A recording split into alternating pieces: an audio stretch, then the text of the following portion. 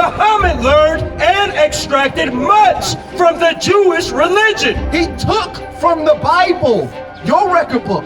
He took from your history just like all these races do. Just like white people do, they steal from us and then they stand in our place as if they created these things. Like all these patents they stole from black people in slavery and then they made themselves seem as they was the creator of it. The same thing with God, brother.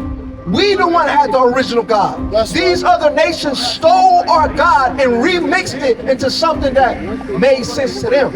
And then they retaught us a version of their God to make us leave our true God. Just like Christianity did to us, brother. It's no different. The Arab man had us in slavery before the Christian man did.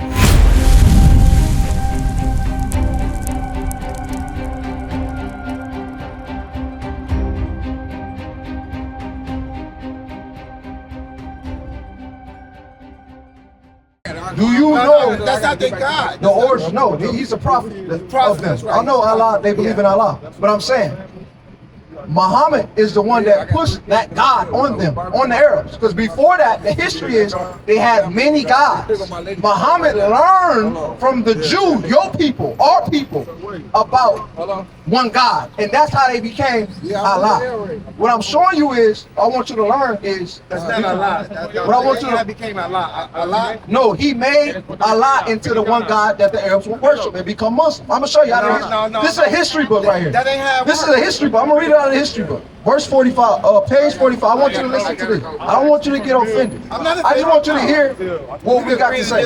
All right? Yeah, I just want you to hear. Yeah.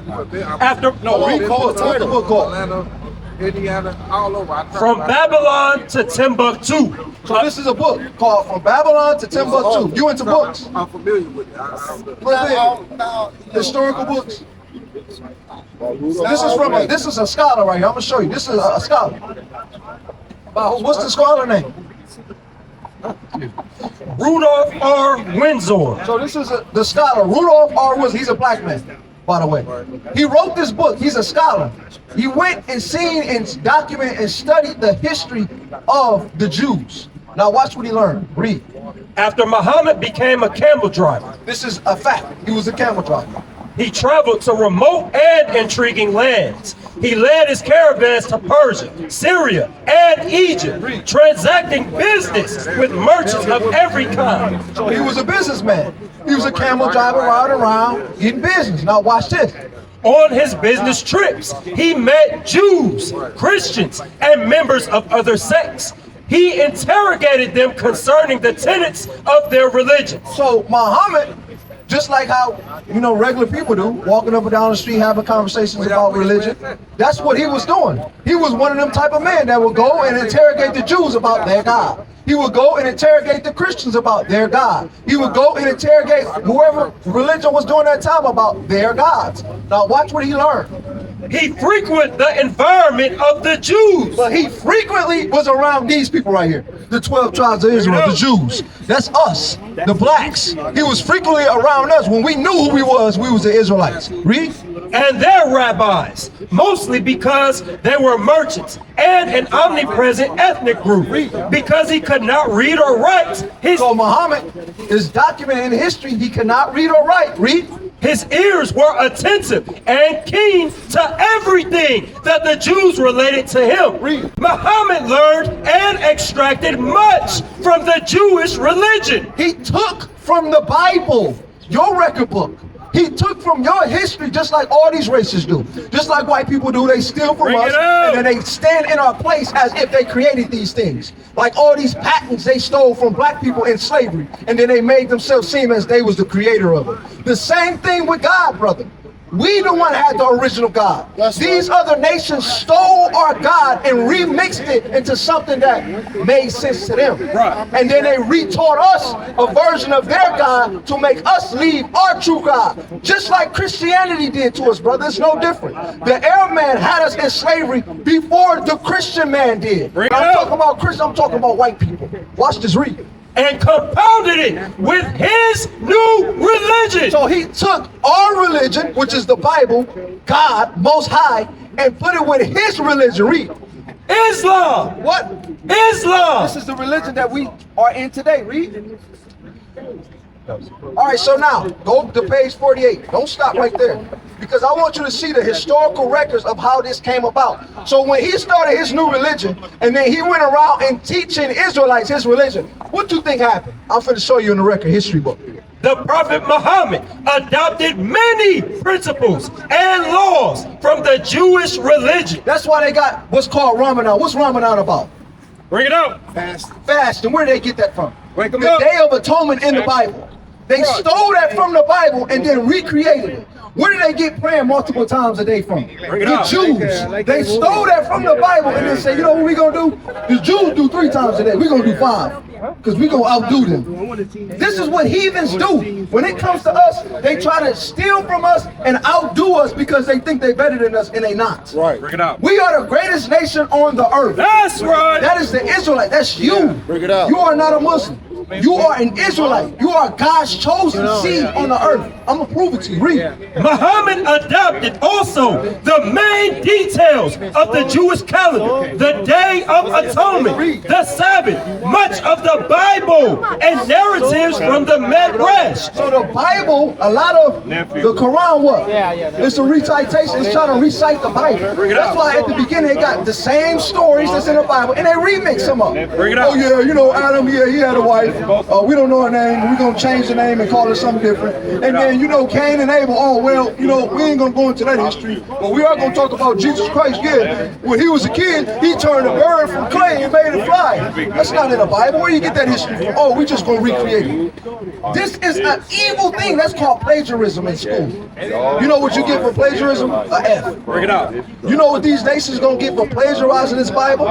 Death. Bring it out. That's why God say you can't add or take away from the book, or you're gonna get the lake of fire. I'm gonna show you all in the Bible, because right now we're reading this book, but we're gonna get in the Bible. Read. At many points of the ritual law, incidentally, the Jews prayed 3 times a day, Remember what I said earlier? Watch this. facing the city of Jerusalem. So when we pray, we're supposed to pray towards our land, which is Jerusalem. That's the east. That's where we come from. Jerusalem is in Africa. The Middle East, that term was created in the 1800s. That is a new term to confuse Negroes to not think that their God looks just like them, which is a black man.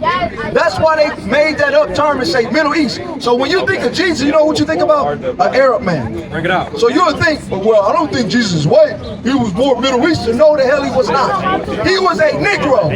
Thus said the Lord. I know you don't, but I'm saying that's what the general population thinks. You know, read. And the Muslims, true believers, pray 5 times a day. See that? They tried to one up what we was doing. We pray 3 times a day. The Muslims gonna say, yeah, I want to follow what y'all do, but we gonna pray 5 times a day to God, to their made up God. Watch this, read. Trying his best, Muhammad sought to convert the Jews. So this is the point. Trying his best in 600 AD up, because that's when Muhammad was on earth. He tried his best to convert us to his religion. But watch this. To his new religion. But His what religion? to his new religion. This is a new God. So who's the comforter then? Who's the comforter? It's Christ. It's not Right. Muhammad. I'm gonna prove it to you. I'm gonna prove it to you. It's Christ. No, Christ said there would be another comforter after me. Yes, and then he turned around and told you in the same book, he was talking about himself. He said Bring it there out. would be I'm gonna another prove it to you. I'm gonna prove it. Listen to me. Because I know where you're going. I know that. I heard this a hundred times. I know that. So now I'm gonna show you from the perspective of the Bible, not from my perspective. No, it is not. I'm gonna show you. Watch this. Because let me ask you a question. You keep saying prophet. Hey, According to the Bible, what nation you gotta be to be a prophet? You keep saying Prophet Muhammad. According to the Bible, what nation do you have to be considered a prophet? a nation. What nation? Yes. What race do you have to come from to be considered a prophet? Well, we come from the Israelites.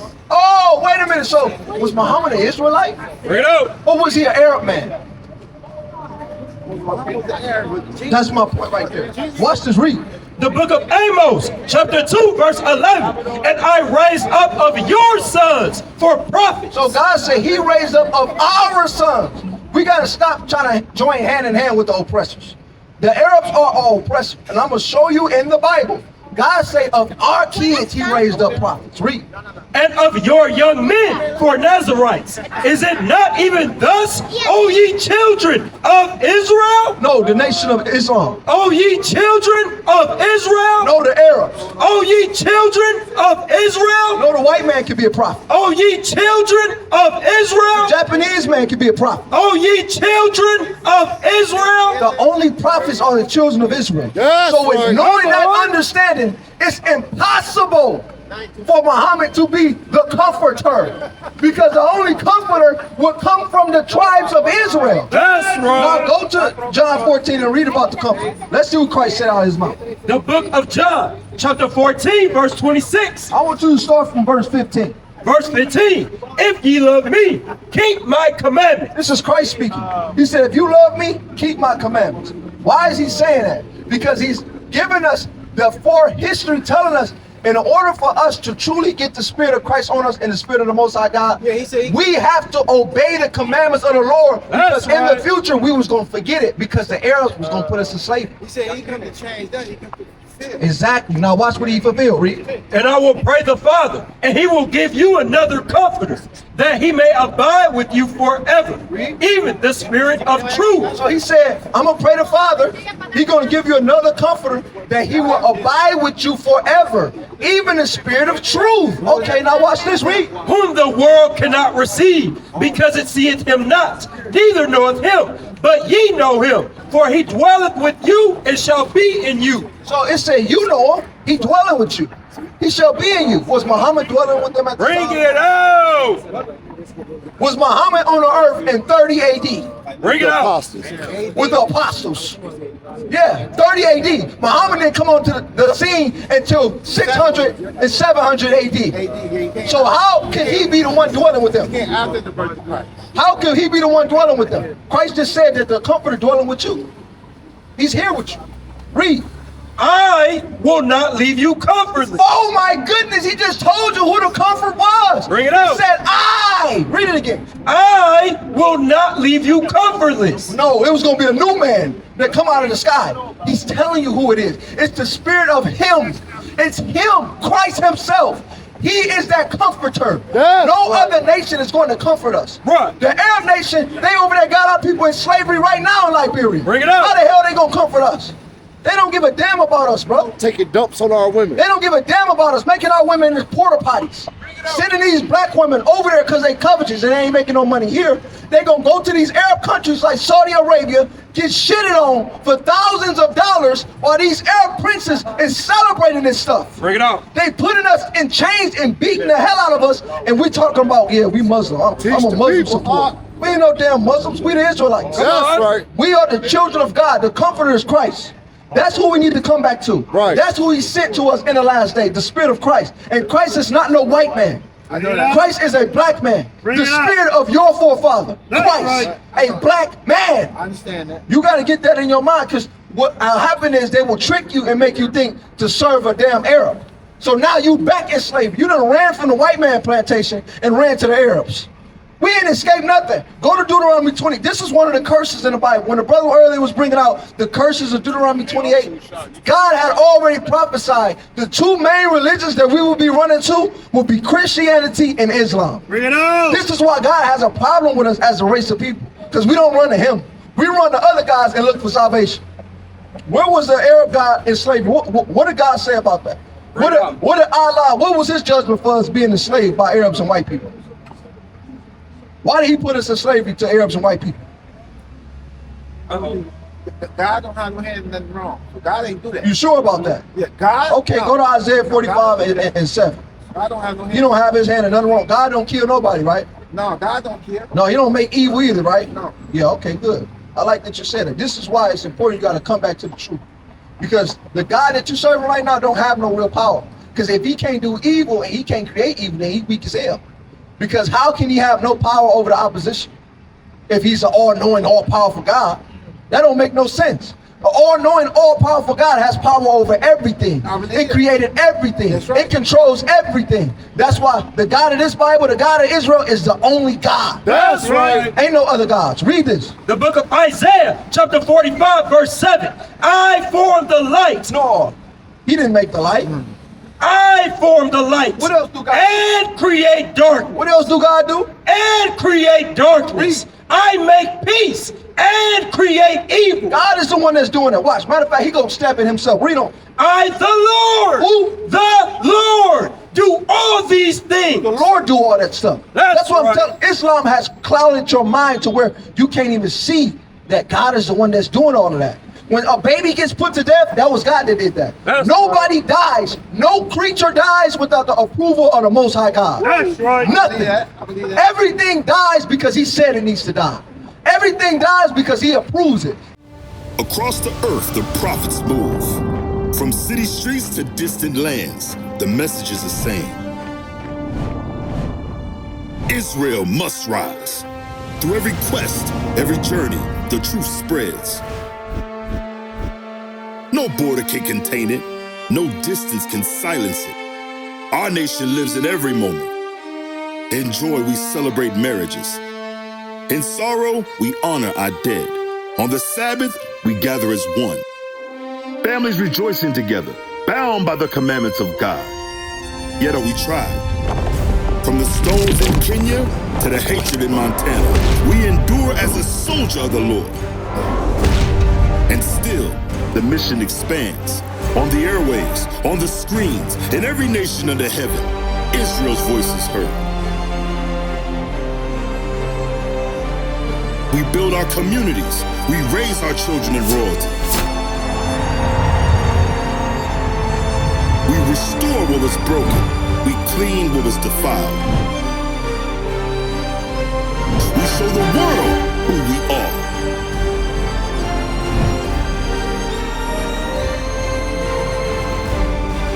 This is Israel united in Christ. Nation in motion. Nation endures.